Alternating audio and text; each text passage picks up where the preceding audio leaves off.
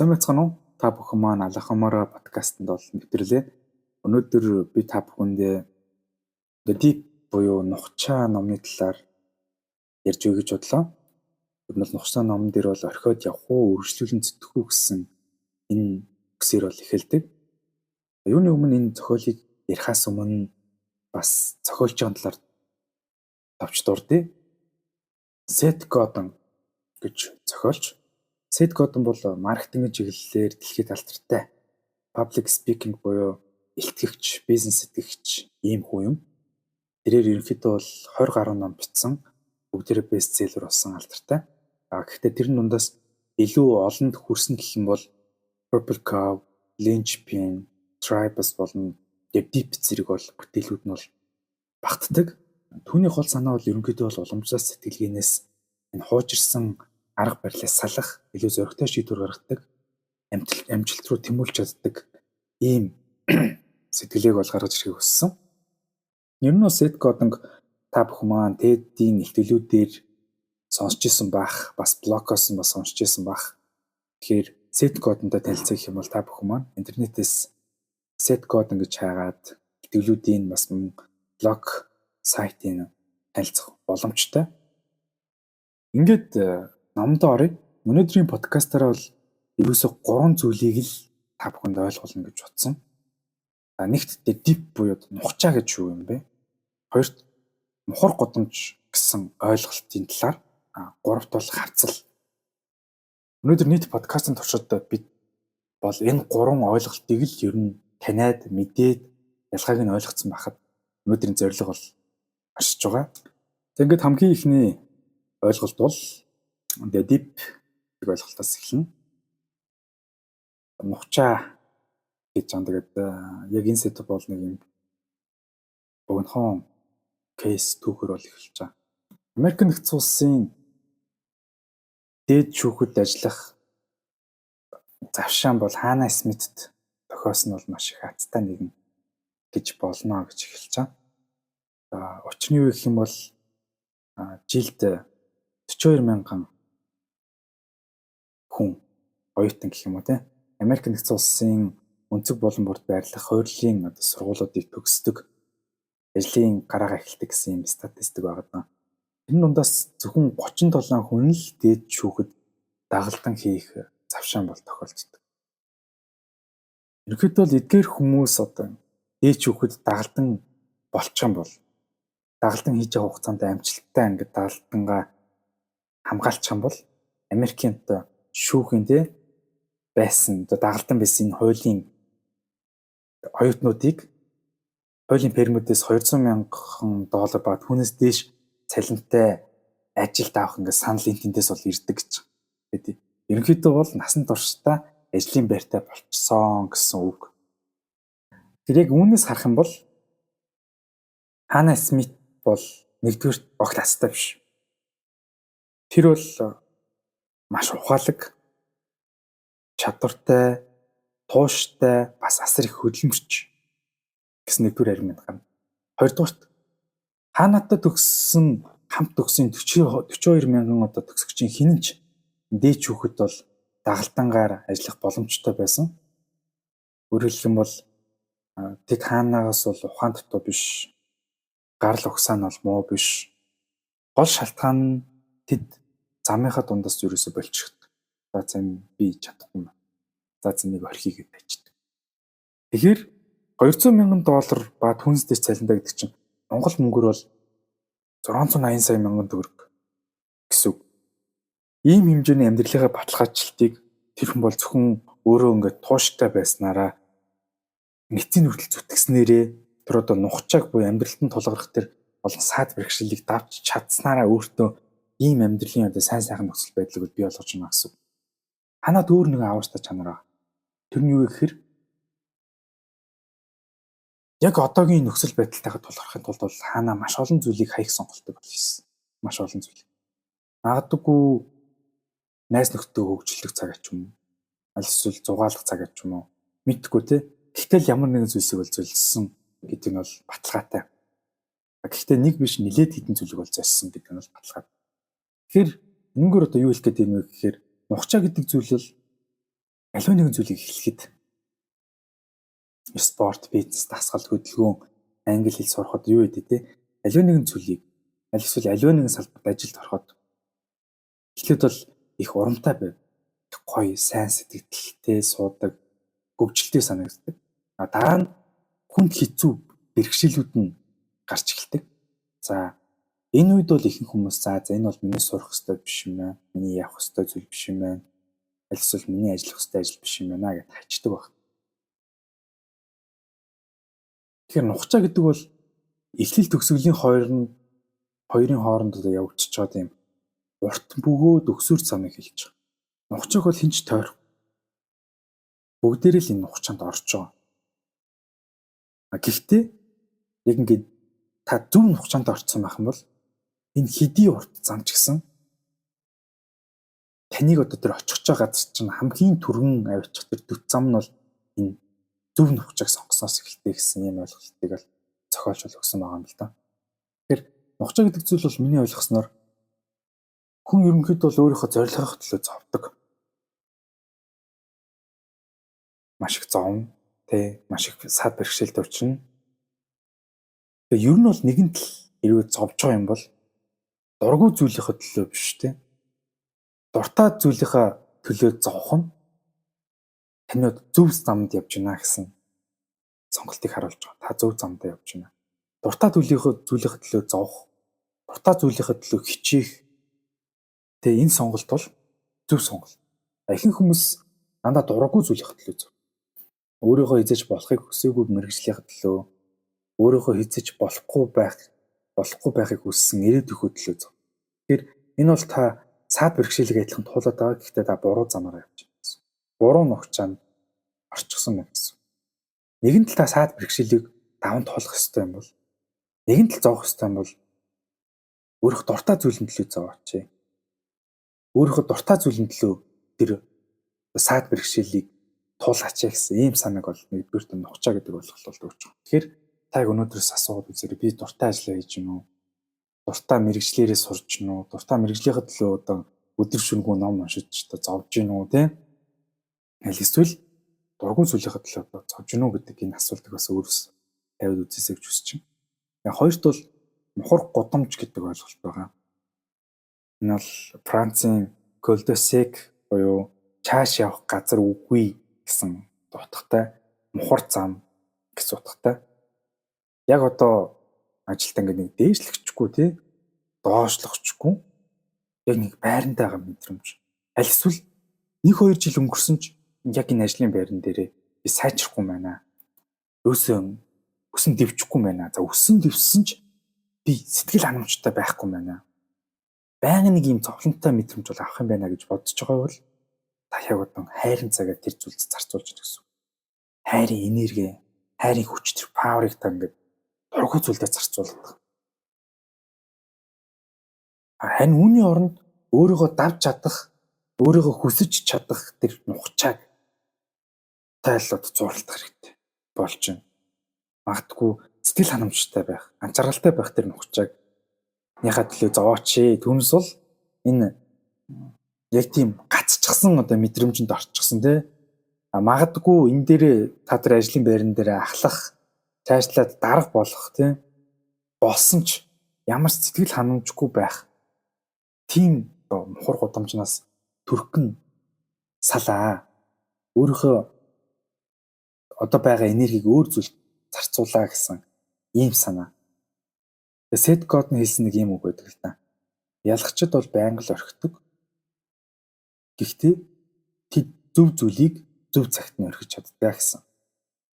Тэгэхээр юмыг орхиж чаддаг байх, болж чаддаг байх гэдэг нь бол тухайн хүний бас оюун ухаан, бас мэдрэмж, асар өндөр бас чадварыг бол шаарддаг ба. Стив Джобсаас ингэж хэлсэн шүү дээ. Юу хийхээ шийддэхтэй адил юу хийхгүй байхаа шийддэг нь бол хүнд байх хамгийн чухал ур чадвар юм аа гэж сургадаг.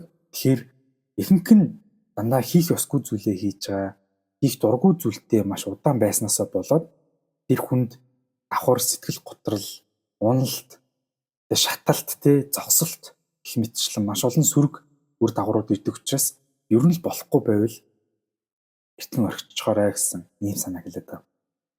Болин гэдэг чинь бол ерөөсөө тийм муу зүйл биш. Одоо яг таны эргэн тойронд хүмүүс ингэ зөвлөж байгаа менторуд маш их байгаа. Амьдрал чинь зааж байгаа дээ. Таныг одоо сургаж байгаа. Юм л бол танд одоо сургаал айлтж байгаа маш олон хүмүүс. Тэр хүмүүс ингэж хэлдэг шүү дээ. Бити шантар те. Одоо зүтгээд те. Чи илүү хичээх ёстой. Илүү их цаг зарцуулах ёстой. Ажиллаад бай те.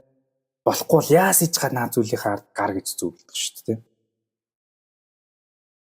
Хэрвээ амжилт гарахын тулд зогсдоггүй зүтгээд л байх юм бол зогсолтгүй зүтгээд байх нь л хангалттай юм бол яагаад танаас тийм тулхан сул чадвартай тий хүмүүс илүү амжилттай байгаад байна вэ? Яагаад танай компаниас илүү муу гүйцэтгэлтэй компаниуд өрсөлдөд ялаад байна вэ гэдэг чинь айгүй тийм чухал асуулт болчихж байгаа. Шалтгаан нь ерөөсөө л илүү нэг зүйлийг зөв үедээ орхиж чадахгүй байна. Энэ даваа талыг зөв үедээ орхино. Зөв үедээ аливаа нэгэн зүйлээс болно гэдгийг ерөөсөө даваа талыг нь ойлгохгүй. Тэр тусмаа монголчууд, монгол залуучууд ерөөсөө юм өргөж чад. Хувийн харилцаан дээрээ, хайр дурлалын харилцаан дээрээ, гэр бүлийн тэ аль эсвэл ажил карьерийн сонголтын тал дээр ерөөсөө ингэж зөв зүйлийг зөв сонголт хийж чаддаг. Хэцүү харилцаантай байгаа л яадаг. Хэцүү ажилдаа дургуй мөртлөө өглөө болгон тэрнийг хийгээл яадаг. Хараагаал хийгээд байдаг. Би энэ дургуй өстой муухай ажил хаалгадгүйгээл ингээл ажиллавал орхиж болдоггүй юм уу те? Тэ орхино гэдэгт бол бас тийм учир шалтгаан байгаа л да. Залхуураад болж байгаа, залхуураад орхиж байгаа. Аль эсвэл ямар нэгэн байдлаас айгаад тий. За энэ өрсөлдөөнд би үгүй ялахгүй юм байна. Надаас хүчрэх хүмүүс орж байна. Энэ удаа би жоохон хоцорчлоо. Ер нь бол жоохон залхуу хүрээд байна гэж орхих шал өөр. Өөрийгөө мэдрээд өөрийнхөө хүчнийг өөрийнхөө нөхцөл байдлыг мэдрээд орхиж байгаа. Цаашдаа өөртөө хэрэггүй зүйлийг орхиж байгаа. Хөгжихгүй, боломжгүй нөхцөл байдлыг орхиж байгаа гэдэг бол саяны хоёр хэлсэн чишнээс дэс өөр урч чадав. Тийм учраас хайц сур. Орхид сур. Үггүй гэж хэлж сур тэ.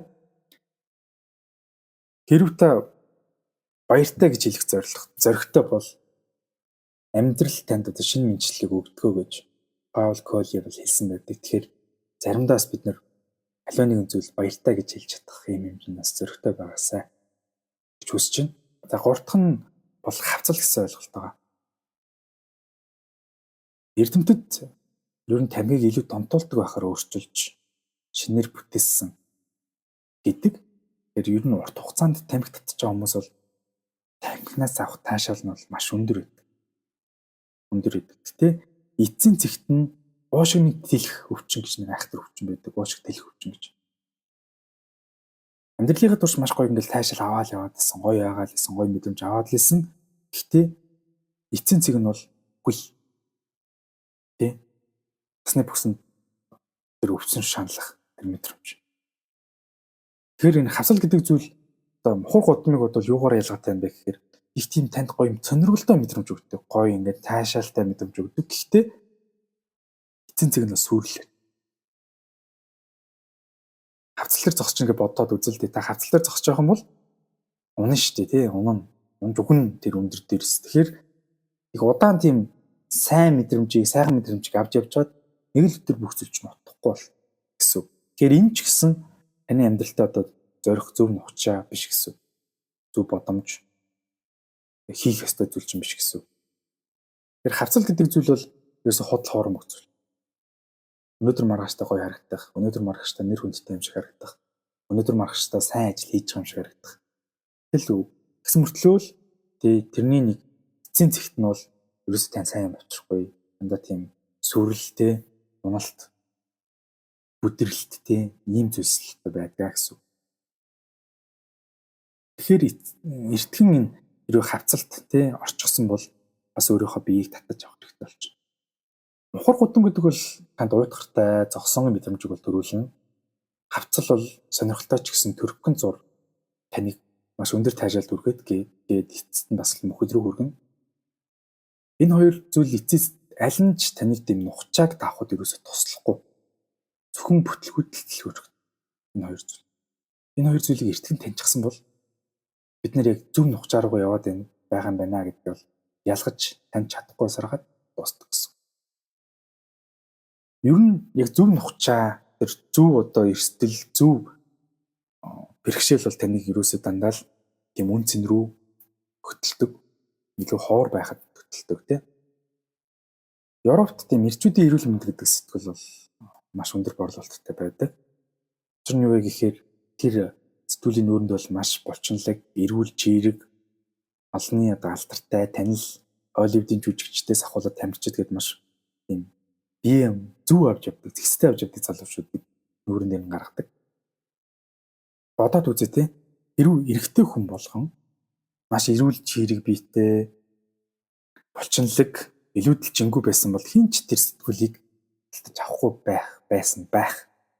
Өөрөөр хэлэх юм бол тэр сэтгүүл дээр байгаа хүмүүс олонхоос маш цөөнх байгаад болохоор маш хов байгаа болохоор л хүмүүс тэр хүмүүсийг сонирхоод байна. Тэр хүмүүс тэр сэтгүүлийг авч уншаад байна гэсэн үг тийм. Тэгэхээр бусдаас ховор байна гэдэг нь бол маш тийм ховор бас боломж байна л да. За үүгээр юу хэлэх гээд байгаа юм бэ гэхээр ерөөсөө та тийм ингээд бусдаас өвмөц байх гэж хичээ гэсэн үг биш л тийм. Бусдаас онцгой гэсэн үг биш. Бусдаас илүү мундаг бол гэсэн үг биш. Зөв яг одоо та зөв зүйлээ хийж гэнэ гэдгийг бас эргээд нэг хар. Зөв юм хийж ивэл тэрнийгээ харин хоор болтол тий хөгжүүл түүнийг хоор болтол нь сэтг толгоогоо ажилуул гэсэн.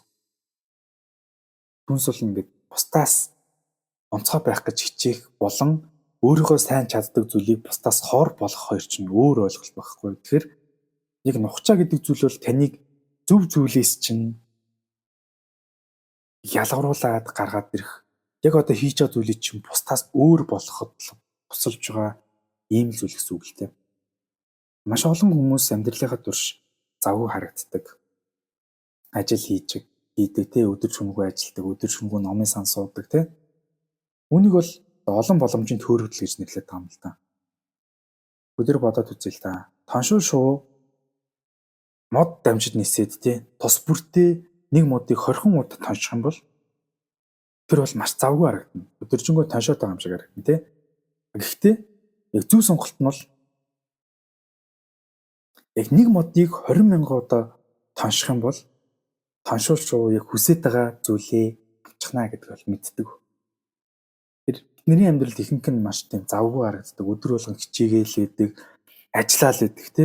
Тэгсэн насны бүсэнд авсан юм баг. Амьдралаас авсан юм баг. Амьдралд бий болгосон зүйл баг. Өдөр нэг битсэн чи тэтгэврийн насны дээр хүрсэн. Нэг битсэн чи зүгээр тэтгэврт гарсан байна. Амьдралаас хамгийн том авсан зүйл нь тэтгэвэр л. Өөр зүйл хийсэн бүтээсэн зүйл байхгүй. Гэтэл тэр хүн амьдралынхаа турш маш завгүй ажилласан шүү дээ. Өдрийн 8-9 10 цаг те. Тэгээд гэр бүлээ зарцуулах цаггүй л ажилласан. Гэсэн мөртлөө яг насны тэр хүн бол тэтгэврээр л шагнагдчихж байгаа. Маш завгүй л амьдсан. Энэ бол ажил хийх нь буруу гэсэн үг шүү дээ. Тэр амьдралынхаа турш аливаа нэгэн зүйлийг хийж бүтээх хүсэл эрмэлзэл чинь тэр өндөр байна вэ? Өөр нэгэн зүйлтэй болохыг хүсэж байна уу? Амьдралаас илүү том зүйл авахыг хүсэж байгаа бол бас яг нийтийн сэтгэлгээнээс илүү цөөнхөн сэтгэлээр рүү шилжих ийм хэлбэр рүү шилжээсэй гэж хүсэж байна. Ихэнх хүмүүс ер нь бол болохоос айдаг. Бодит байдалтайгаа нүүр тулахаас илүүтэйгээр үнэтэй эвлэрхээс илүүтэйгээр болох шийдвэр гаргахаас илүүтэйгээр дундаж төвшөнтэй яваад байх нь л тэр хүмүүс албар санагдав. Дундаж төвшөнтэй амьдрах нь санхүүгийн эрхчлөөнд хүрэхгүй байх нь зүгээр л амьдрах нь л тэр хүмүүст илүү амар байдаг. Яг л тэр чинь тухтай бүс шүү дээ. Тэр таны хийж чаддаг зүйл, тэр таны дасчихсан зүйл. Тэр таны амьдралынхаа турш хийсээр ирсэн зүйл байна. Тинч амьдралынхаа турш хийсээр ирсэн зүйлээ эсрэг талд нь зогсох учраас тэр хүмүүс амьдралынхаа турш дундаж байхыг илүү үздэг. Тэр нь илүү амархан сонголт. Window surfing гэдэг та бүхэн ингээд далайн тавлахад тэр гулгадаг, тий тавцантай гулгадаг тийм спортын одоо нэг төрөл гэх юм уу тий. мэдчих واخ. Түүгээр одоо хичээлэхэд салхинаас бусд нь маш амархан гэж. Салхинаас бусд нь л амархан. Өөрөөр хэлэх юм бол салхил ерөөсөө хамгийн гол асуудал багт. Сурахад амархан. Сайн давцсан түрээслэгэд хямд. Амархан. Хаанаас ч олж болдог. Гэвч тэр салхи ингээл хүсэг үед нь салхилчдаг. Салхил хүсэг үед нь гинт аваа шидчихдэг тэр хүнийг. Тэр энэ серфингийн одоо спортын хамгийн хэцүү зүйл нь тооцоолоогүй салхи болчихж байгаа. Тэр хүмүүс богино хугацааны бэрхшээлүүд нь урт хугацааны үр өгөөжөөс илүү нөлөөтэй байна. Богино хугацаанд гарч иж байгаа бэрхшээлүүд нь амьдралынх нь урт хугацаанд гарч ирэх тэр өгөөжөөс илүү үнцэнтэй байдаг. Богино хугацааны яг бэрхшээлд болчдөг хамаг юм орхичдөг. За боли хэцүү юм байна. Шантарлаа энэ миний чадах зүйл биш юм байна. Хэрвээ богино хугацааны бэрхшээлийг даван туулж чадах юм бол урт хугацааны үр өгөөжүүд танд ирнэ гэсэн. Тэгэхээр энэ 3 ойлголтыг өнөөдрийнхөө подкастаар та бүхэнд өгөхийг хичээлээ. Энэ 3 ойлголтыг ойлгоод аваасай. Энэ 3 зүйлийг мэдээд аваасай гэж хүсэж байна. Хэрвээ энэ 3 ойлголтыг бид мэдээд авах юм бол цаашдаа яг зөв зорилготой төвдрөх мухар гудамжинд орцсон бол түүнээсээ гарах, хавцал дээр зогсож байгаа бол яг одоо түүнээсээ холдох, зөв нухчаанд орох, буруу нухчаанд биш, буруу зовлонгоор өөрийгөө нүдүүлэх биш. Яг зөв зовлонг олох. Тэр чин таны яг эцсийн хамгийн зөв зэгт нь хүрэх юм байна гэдэг зүйлийг бас та бүхэн ойлгохыг хүсээсэй гэж хүссэн. Тэгээд энэ Seth Godin The Deep гэдэг ном бол таны бас амьдралаа дахиад нэг шинээр харах, боломжийг дахиад нэг шинээр хайх ийм нөхцөл боломжийг бол танд хүргэхэд хамгийн дөхөм одоо зөвлөгөө болсон байхаа гэж бодож байна. Алхамаар подкаст байла. Бүгд дараагийн дугаар дахин уулзцгаая.